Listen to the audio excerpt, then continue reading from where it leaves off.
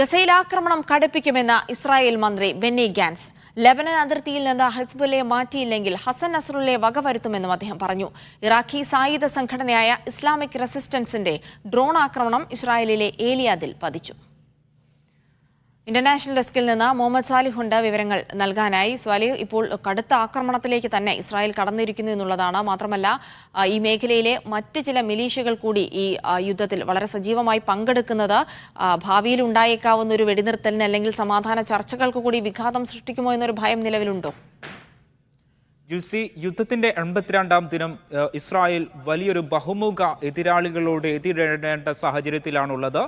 ഏതാനും ദിവസങ്ങൾ കൊണ്ട് ഗസ അവസാനിപ്പിച്ച് ഗസ തകർത്ത് പിൻവാങ്ങിയേക്കും, അല്ലെങ്കിൽ ഗസയിൽ ഭരണം സ്ഥാപിച്ചേക്കും എന്ന് കരുതിയിരുന്ന ഇസ്രായേൽ ആക്രമണം 82ാം ദിവസവും അവർക്ക് ലക്ഷ്യം കാണാതെ തുടരുകയാണ്. ഇപ്പോഴും നിരവധി ഇസ്രായേൽ സൈനികരാണ് ഗസയിൽ പിടഞ്ഞു വീണ് മരിക്കുന്നത്.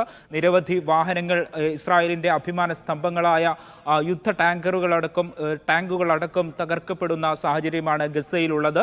മറുപുറത്ത് ഇറാഖിൽ നിന്നും വലിയൊരു ആക്രമണം ഇസ്രായേലിലേക്ക് ഉണ്ടായിരിക്കുന്നു. സിറിയയിൽ നിന്ന് ഇസ്രായേൽ പിടിച്ചെടുത്ത ഗോലാൻ കുന്നുകളിലേക്കാണ് ഇപ്പോൾ ഇറാഖിൽ നിന്ന് ആക്രമണമുണ്ടായത്. ഇറാഖിലെ ഇറാൻ അനുകൂല മിലീഷ്യ സായുധ സേനയായ ഇസ്ലാമിക് റെസിസ്റ്റൻസ് ആണ് ഇങ്ങനെയൊരു ആക്രമണം നടത്തിയിരിക്കുന്നത്.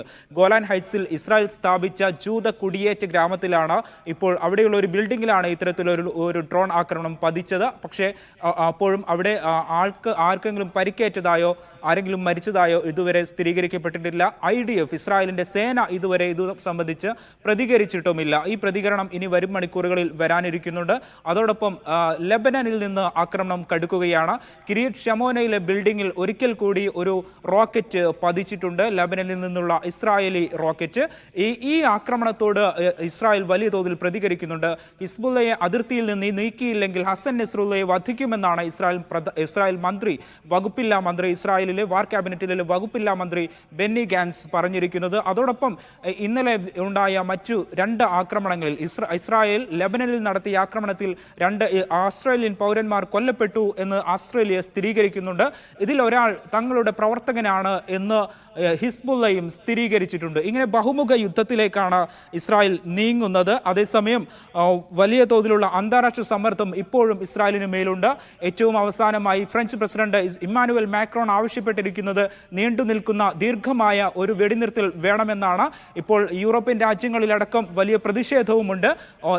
അമേരിക്കയിലെ ലോസ് ആഞ്ചലസിലും ന്യൂയോർക്കിലും 2 വിമാനത്താവളങ്ങളിലേക്കുള്ള വഴി പൂർണ്ണമായും ഫലസ്തീൻ അനുകൂല പ്രതിഷേധക്കാർ കെട്ടിയടച്ചിട്ടുണ്ട്. അവർ പ്രതിഷേധം ആ വഴി സ്തംഭിക്കുന്ന രൂപത്തിലേക്ക് എത്തിയിട്ടുണ്ട്.